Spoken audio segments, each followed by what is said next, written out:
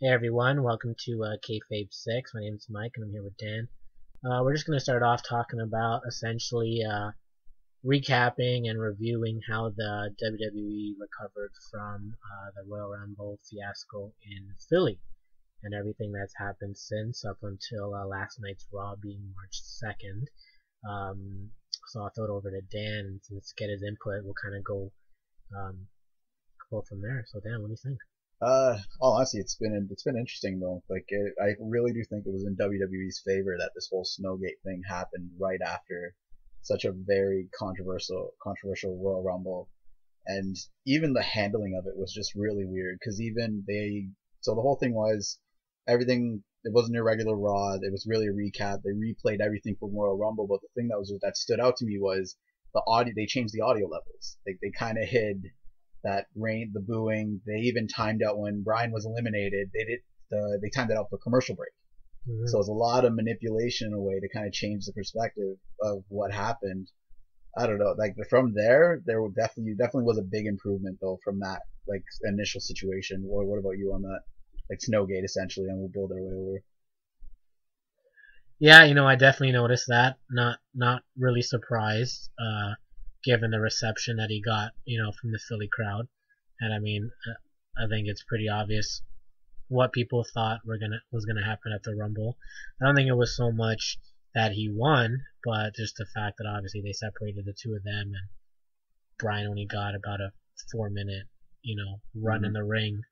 It pretty much just set up Reigns to get the reception he did. So, it was interesting to see them really mute that audio. Traditionally do that with SmackDown, where they sort of pump the crowd noise, but it was kind of funny seeing it in the opposite way, where they sort of minimize the boos that were raining down on the Sunday prior. But as far as Snowgate, I thought it was great. It kind of reminded me of back when we were kids and getting those backstage segments and those pre-tape segments. I think Reigns benefited from it the most, mainly because of the fact he hasn't been great live, and they've been force feeding him these really you know really childish phrases that he's been saying with the facial reactions. So I think it was great to kind of see him sort of in a pre-taped environment where he was able to sort of gather himself, not have to worry about talking over the crowd or reacting to boos or cheers or whatever. I think he came off great, and he came off sort of how he should have came off when this whole thing started, more with that Shield-like persona, doesn't say much, gets to the point, you know. And I thought it was great. I thought the face off with Brock was pretty well done, and the whole intro of Heyman going over the history of knowing the whole Samoan family, from The Rock's parents to Roman's parents, and knowing when he was a child. I think that really set up two things. One, it sets up the big face off with Brock, and then knowing a lot about him, and then two, it kind of sets up that possible you know heel turn, or not really a heel turn, but yeah, I guess a heel turn, where Heyman could turn on Brock at WrestleMania, since chances are Brock will be getting the face reaction that he's been getting. So yeah, I was really happy with Snowgate. I think it was sort of a blessing in disguise for the E. It gave them a chance to sort of regroup for a week and then come back, see the reactions, and craft a Raw based off of that. So Yeah. But did you actually think that they were going to change the script like they did last year, like with the whole bringing Bryan in again and the whole potential Fastlane number one contender? yeah, that's a good question. I think a part of me was hoping they would call the swerve, Yeah, but I think just us knowing so much about Vince McMahon and sort of the stubbornness with yeah. him and Triple H, I don't think we were gonna get that again. I think he gave it to the crowd once. I just deep down I was kind of hoping for something. I think in the end, I guess what I was hoping for was we knew that it was gonna be Reigns being pushed. I don't think we prepared for Bryan to have such a short uh, run with the belt because of his injury. And I think when you combine those two, and then Reigns getting the Superman push when he came back, it just made for a bad scenario. I think for me, what I would have wanted to see was um, the face off of him and Bryan. Regardless, I think Reigns was going to get booed, but I really wish they would have had them two face off and really go at it. Instead we got this terrible anticlimactic elimination of Bryan, which was supposed to, I guess, get heat on Bray for The Undertaker. Bray got very little heat after. The crowd was more confused. It sucked the air out of the building. It obviously sucked the air out of the building, and that was it. You had 10, 15 minutes of the crowd just waiting to boo Reigns when he came out. I really wish they just had the two of them go at it, and then have Reigns eliminate Bryan, or have a little dusty finish of maybe the two of them versus two heels, and they're all just going at it, and Bryan gets eliminated by being double teamed. I would have much preferred it not be Big Show and Kane eliminating everybody, since it looked like just burials all around. It really was a wasted lineup though, because there was a massive gap of potential people that could win the Rumble. Like, you had random guys like Titus O'Neil's not going to win the Royal Rumble. Like, you have like this a lot of these characters that are just fillers. Then I think it was Dolph Ziggler was the one that got the big pop from the crowd. But either way, at that point, once Bryan was gone, I already knew that it was for sure going to be Reigns' year. Like, it was being built week for week. That it could be Reigns, but that was the final nail for me, that it was in stone that Reigns will be winning the Royal Rumble. Yeah, the ending was just terrible because you have two guys that don't really have any significance at all, and then you have this weird ending of Rusev not technically being eliminated, all of a sudden coming back in and then being thrown out. Like, it was just terrible.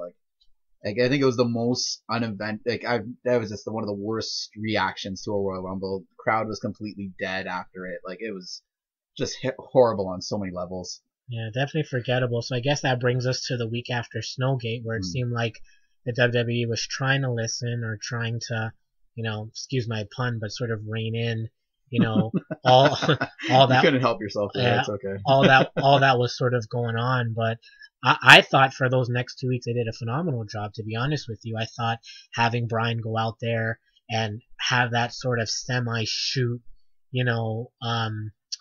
face off with Reigns about being the better wrestler. Yeah. You could kind of hear some mixed cheers in there, which I don't think were pumped in, but I think it was really cool because it's very rare you really had two top faces going at it in a while, and I think it was sort of great. I don't like the fact that, again, the Royal Rumble winner was devalued by Reigns having to put up his title shot at Fastlane.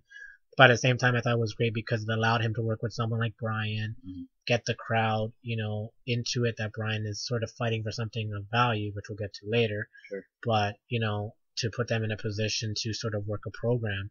And I thought the way that they built it leading up was pretty good. The tension, that 45-minute tag team turmoil match they had on SmackDown, I thought was really good. And, what did you think? How do you think that they built it up to Fastlane? I really did enjoy it, right? Especially because it's not even so much because of the mishandling beforehand. It was just a nice mix of building the tension between them, while at the same time addressing the fact that these are two big faces. So let's have a mutual respect between them. You see them getting closer, and even like the end segments where you see them both completely. I think that was after Tag Team Turmoil. Completely exhausted, looking up at the WrestleMania emblem, and that's how the show ended. And I think that was right before Fastlane, and that was perfect for me. The match itself, if we want to fast forward to that, it was Bryan was clearly leading the show on that one. Yep. Even the ending, I really wish that they had Bryan walk off absolutely upset. He's not going to be in WrestleMania, not going to get the chance back at his belt. And then the next night, make that push where he says, go beat Brock. Like, it was too soon for me. And then for them to do it again on Raw the next night, they're overdoing it a bit to try and get Reigns over. Like, the whole thing with Bryan going against him at Fastlane was to help Reigns, but don't make it more obvious than it is. Like, it's... Yeah, I mean, the tag team promo match, what I really liked about it was they start off as a team against two guys they don't like. Then they end up having to face the Usos, which I think was great because you kind of see that tension building with Bryan going into sadistic mode, beating up on, I think it was Jimmy. And then that's where Reigns come down, as the older cousin, or not the older cousin, but the cousin, I guess, upset that he's doing too much. And then that built the tension again. Then once they got rid of the Usos, it went back to them working as a team. I thought that was really cool. I know the reports said that Reigns did work a little bit more in the match, I guess, going by the TV broadcast. didn't look like much. He had his traditional, apron drop kick and a Yeah. spear and a Superman punch, but I thought that sequence with the Superman punch followed by the flying knee, I thought that was really good.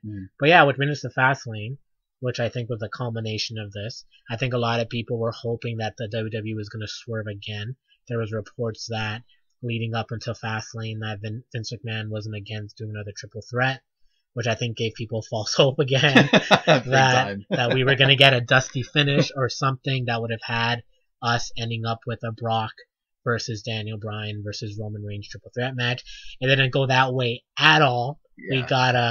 We got a match where Bryan essentially led for the 20 minutes, followed by Reigns winning clean on a spear after Bryan going for the knee. Were you expecting something different, or were you just hoping something was going to go different? I was hoping that would go differently. I know we were both watching together, and once we saw Reigns kick out of Bryan's finisher, we knew that, there was no hope. It's Reigns versus Brock. That's what it is. And even, the ending was a little bit flat for my taste. Even like you have a guy like Bryan that's a high flyer. Don't end it with him running into a spear. Have him coming off the top rope. Make it something a little bit more special than it is. Like it was just not. I don't know. It wasn't happening for me. Yeah, I thought it was pretty anticlimactic when you saw him sort of getting ready with the crowd for the running knee. You could kind of already just envision that spear was going to come. Oh yeah, especially because he already hit it once, and he fell short of the 3 count there, right? So. It really was it really was loud and clear. It was Roman Reigns' win, right? Definitely, and I think again that's where a lot of people were upset again, is using Daniel Bryan essentially to, we knew he was going to put him over, but in a way where there would have been a little bit more, I think, involved than him just taking the clean pin. A lot of people will counter that by saying, well, that the crowd's going to love Daniel Bryan anyway, the way they love Dolph, even though he jobs all the time. But I think it's just, there's a difference here with Daniel Bryan. Here's a guy that the crowd that have been behind him, they haven't been able to go on that actual emotional roller coaster high of, that 6-month title reign where he goes through a couple guys and then loses to a guy like Brock. We never got that. No, it's we true. Essentially we really were cheated out of that. We essentially got that nonsense with the Authority back and forth, winning the title, getting screwed out of the title, the Hell in a Cell thing with Orton, then the fiasco at the Rumble that led to the whole stuff at WrestleMania last year, then his first feuds with Kane, and then he gets injured. And I think the crowd, I guess, they're just gonna back him until he gets that proper run. So I think, it's tough to see how they're going to go forward with this now, which we're going to get into, because the following night, after Fastlane, here are these two teaming up once again. Yeah. But in a different way. Now there's no tension. Yeah, and now they're working as a team. For them to be in a promo together. Like, they're on any kind of schedule or in a match. It was just, and then I think they completely they realized that by even completely scrapping Bryan out of the equation last night, right? So. So, I think they went from a decent recovery to, I don't know where they're trying to go now. They've obviously gotten Bryan out of the picture. With Reigns now, he's pretty much just feuding with Seth until they can figure out what's going on with Brock, which I guess we'll have to talk in a separate podcast about what's happening with Brock behind the scenes and what's going to happen going into WrestleMania. That's definitely going to be one of those ones. Like, I really think we need to do that because it's huge right now. So what do you think? Do you think that going up until yesterday, do you think they've done a great job recovering, or did they do a good job, and do you think they've now screwed that up? They're back to where they started for me. Like, everything leading to Fastlane was beautiful.